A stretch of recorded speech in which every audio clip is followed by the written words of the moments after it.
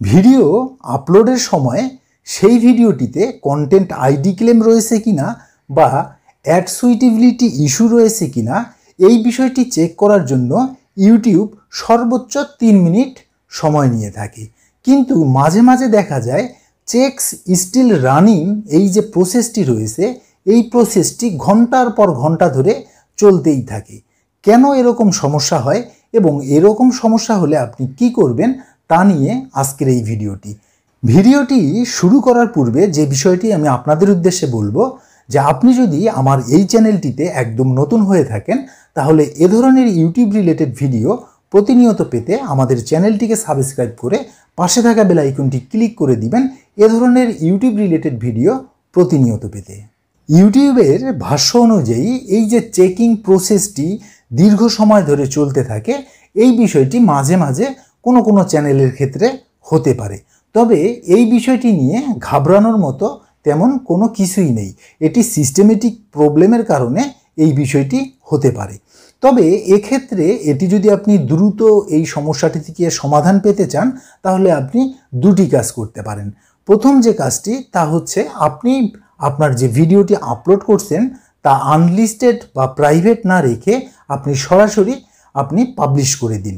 আপনি পাবলিশ করে দিলে এই সমস্যাটি খুব দ্রুতই আপনার সমাধান হয়ে যাবে এবং চেক প্রসেসটি বন্ধ হয়ে যাবে। এবং দ্বিতীয় যে বিষয়টি, আপনাকে ওয়েট করতে হবে যতক্ষণ পর্যন্ত এই প্রসেসটি শেষ না হয়। তবে সবথেকে ভালো হচ্ছে আপনি পাবলিশ করে দেওয়া।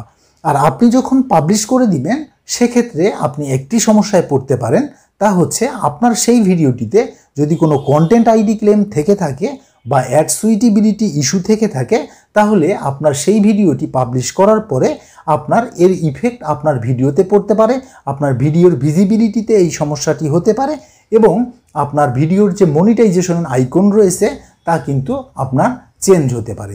ধরুন আপনার অ্যাড সুইটেবিলিটি যদি ইস্যু থেকে থাকে তাহলে হয়তো আপনার সেই ভিডিওটিতে আপনার গ্রিন চিহ্ন যে ডলার সাইন রয়েছে এর বাইরে আপনার হলুদ চিহ্ন ডলার সাইনও আসতে পারে বা ইনএলিজেবলও হতে পারে।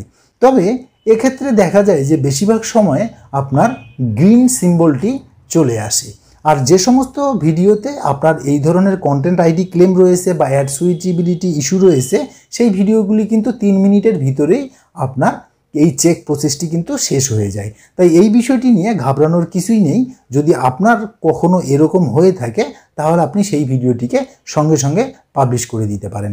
ভিডিওটি সম্পর্কে কোনো মতামত থেকে থাকলে তা অবশ্যই কমেন্টস করে জানিয়ে দিবেন। আর আপনি যদি আমার চ্যানেলে নতুন হয়ে থাকেন আর এ ধরনের ভিডিও যদি আপনি পছন্দ করে থাকেন তাহলে অবশ্যই চ্যানেলটিকে সাবস্ক্রাইব করে পাশে থাকা বেল আইকনটি ক্লিক করে দিবেন এ ধরনের ইউটিউব রিলেটেড ভিডিও প্রতিনিয়ত পেতে।